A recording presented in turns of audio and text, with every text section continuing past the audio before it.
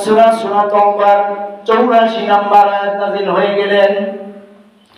আল্লাহ রাব্বুল আলামিন বলেন, ওয়ালা তুসাল্লি আলা আহাদিন মিনহুম মাতা আবাদান ওয়ালা তাকুম আলা কবরিহি ইন্নাহুম কাফারু বিল্লাহি ওয়া রাসূলিহি ওয়া মাতু ওয়া হুম ফাসিকুন।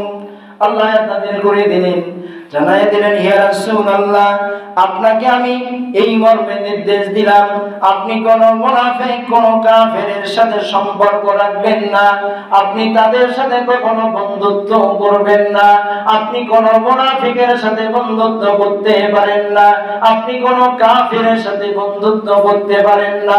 শুনে রাখো মুসলমান, কোন ইমানদার কোন মুসলমান কোন বেনামাজির সাথে ঘুরতে পারে না, কোন পাক্কা সালিক ইমানদার সাচ্চা মুসলমান কখনো একজন সুদখোরের পিছে পিছে হাঁটতে পারে না, সুদখোরের সাথে বন্ধুত্ব রাখতে পারে না, ঘুষখোরের সাথে বন্ধুত্ব রাখতে পারে না।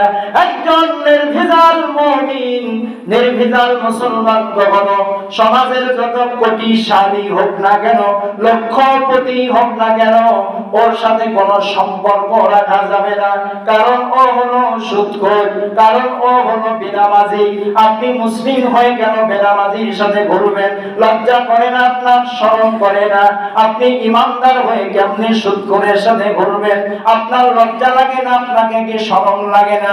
মনে করেছেন সুদখোর কোটি কোটি টাকার মালিক, ওর সাথে ঘুরলে আমি একটু কিছু পাই, মানুষ আমার সম্মানিত বলবে, আমি অমুকের নেতার সাথে অমুকের সাথে ঘুরি, মানুষ আমার ভালো ভাববে।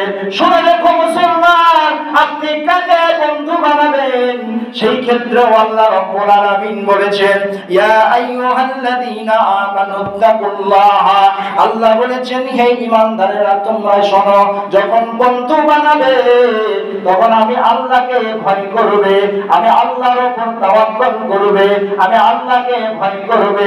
বন্ধু বানানোর আগে এই ভয় করবে যে কোন সুদখোরকে বন্ধু বানানো যাবে না, এই ক্ষেত্রে ভয় করবে। কোন ঘুষখোরকে বন্ধু বানানো যাবে না, এই ক্ষেত্রে ভয় করবে। কোন বেনামাজিকে বন্ধু বানানো যাবে না, এই ক্ষেত্রে ভয় করবে।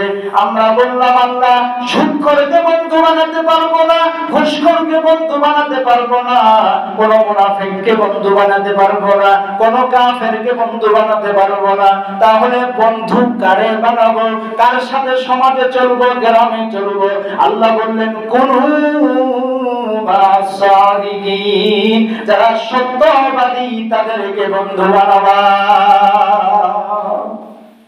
কোন ঘুষখোরের সাথে কোন সম্পর্ক আপনার নাই, কোন সুদখোরের সাথে আপনার বন্ধুত্ব থাকতে পারে না, কোন বেনামাজির সাথে তো আপনি ঘুরতে পারেন না, কোন বেনামাজির সাথে আপনার সম্পর্ক নাই, কোন সুদখোরের সাথে আপনার সম্পর্ক নাই। আপনার সম্পর্ক হবে কোন সর্বদাই সত্যের উপরে অবিচল থাকে, তার সাথে তো আপনি ঘুরবেন, তবেই তো আপনি মুসলিম। আপনাকে তো ঘুরতে দেখি সুদখোরের সাথে, আপনাকে তো ঘুরতে দেখি আমি বেনামাজির সাথে, কেমনে আপনি মুসলিম দাবি করেন? লজ্জা লাগে না? আপনাকে শরম লাগে না? আল্লাহর স্পষ্ট কোরআনের আয়াত, ওয়াকুনু মা'আস সাদিকিন, তোমরা যদি বন্ধু বানাতেই হয়, কারোর সাথে ঘুরতেই হয়, তবে তোমরা সত্যবাদীর সাথে, যারা আমল আখলাক চরিত্র যাদের ভালো, তাদের সাথে তোমরা ঘুরবা।